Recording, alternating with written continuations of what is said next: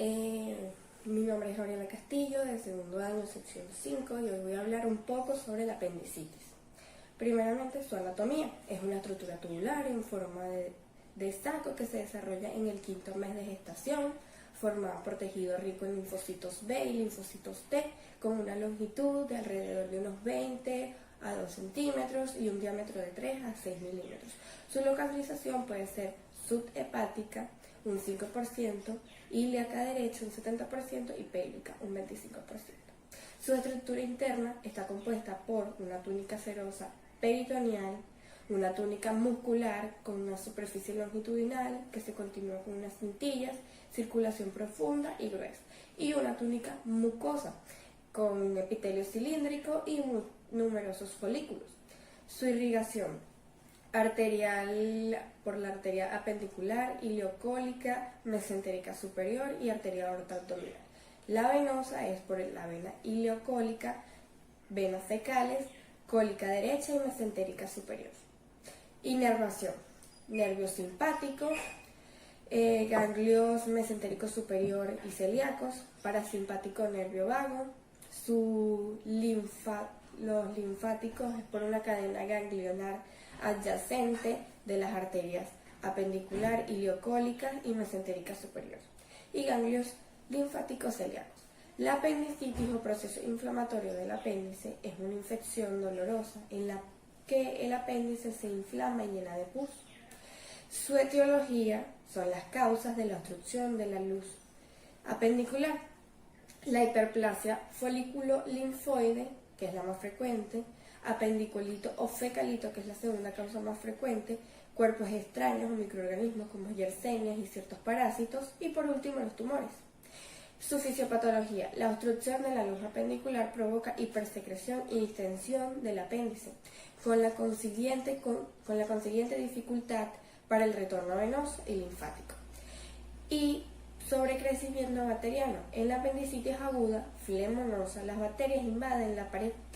En la apendicitis purulenta aumenta la distensión y la inflamación, con compromiso de la irrigación arterial, que deriva de la isquemia apendicular. Si esto llega a producirse, se denomina apendicitis gangrenosa, que puede transformarse en una perforada, dando lugar a una peritonitis focal o difusa. Su clasificación fisiológica: la apendicitis congestiva o catarral ocurre cuando la obstrucción del lumen apendicular se acumula en la secreción mucosa y agudamente distiende en el lumen. La presión intraluminal produce la obstrucción de las venas, acumulación de bacterias y reacción de tejido linfoide. Esta se traduce a un edema y congestión de la serosa.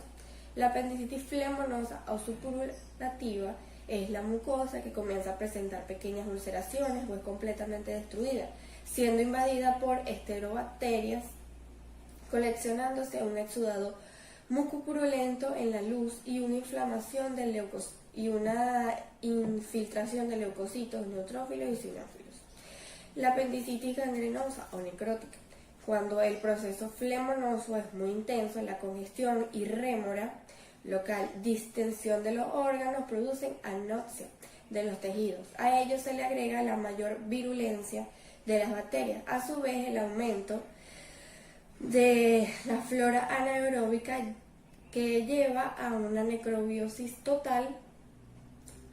Por último, la apendicitis perforante: cuando las perforaciones pequeñas se hacen más grandes, generalmente en el borde antimesentérico y adyacente a un fecalito. El líquido peritoneal se hace purulento y dolor fétido.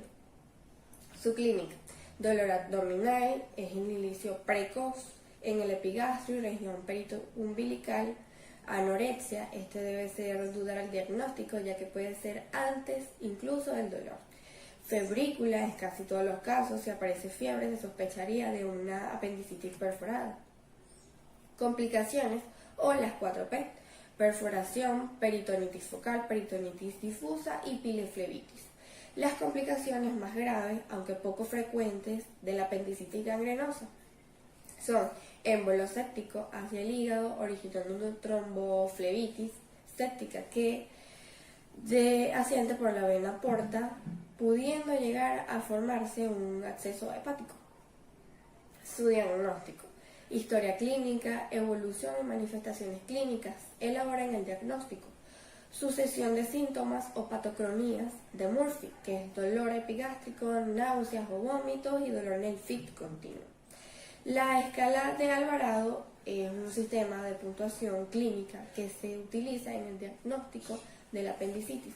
La puntuación tiene 6 parámetros clínicos y 2 mediciones de laboratorio, con un total de 10 puntos. Los criterios de evaluación de la escala diagnóstica de Alvarado son aspectos, manifestaciones clínicas y de laboratorio y puntuación. Los síntomas son migración del dolor hacia fosa ilíaca derecha, que es un punto, anorexia, un punto, náusea o vómito, un punto. Signos son dolor en el cuadrante inferior derecho, un punto, dolor al rebote o descompresión, 2 puntos, y fiebre, un punto. Por último, los laboratorios, que es leucocitosis, 2 puntos, y derivados hacia la izquierda, un punto, para un total de 10. Sus criterios de decisión son negativo para apendicitis, 0 de 4, posible apendicitis, 5 de 6, probable apendicitis, 7 de 8, y apendicitis, 9 a 10. Por último, en los laboratorios, leucocitos derivados hacia la izquierda, no en todos los pacientes, normalmente son 10.000 a 18.000 células. Una cifra mayor hace pensar de una apendicitis perforada. Imagenología, rayos X simple de abdomen, solo si se ve el fecalito, radio opaco o signos de ilion. Tomografías para diagnóstico no invasivo y por último la ecografía. Tratamiento: consiste en cirugía. Con una apendicectomía se hace de 2 formas: a través de una incisión abierta o una incisión laparoscópica. La técnica abierta se realiza una pequeña incisión en la parte inferior derecha del abdomen, y la técnica de laparoscopia se hace una incisión en el abdomen y en una de ellas se inserta un laparoscopio con un lente y una cámara incluida. Los medicamentos, como los antibióticos, serían cefotoxina, ampicilina y clindamicina, por último, penicilina.